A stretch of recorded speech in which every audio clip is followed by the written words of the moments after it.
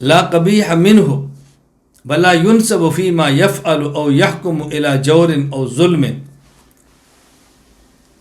اللہ تعالیٰ سے کبھی کوئی قبیح، عیب دار، معیوب بات سرزد نہیں ہوتی. اللہ تعالیٰ کے کسی فعل اور اللہ کسی حکم میں کبھی بھی ظلم کی نسبت نہیں ہوتی. وما ربک بظلام للعبید، کبھی بھی کہ خدا کسی پر ظلم کر دیں، ایسا ہرگز نہیں ہوتا. عقیدہ نمبر 20، یرائی الحکمت فیما خلق وامر لا انہ یستکمل نفسہ وصفاتہ بشیء وان یکون لہ حاجۃ وغرض فإن ذلک ضعف وقبح.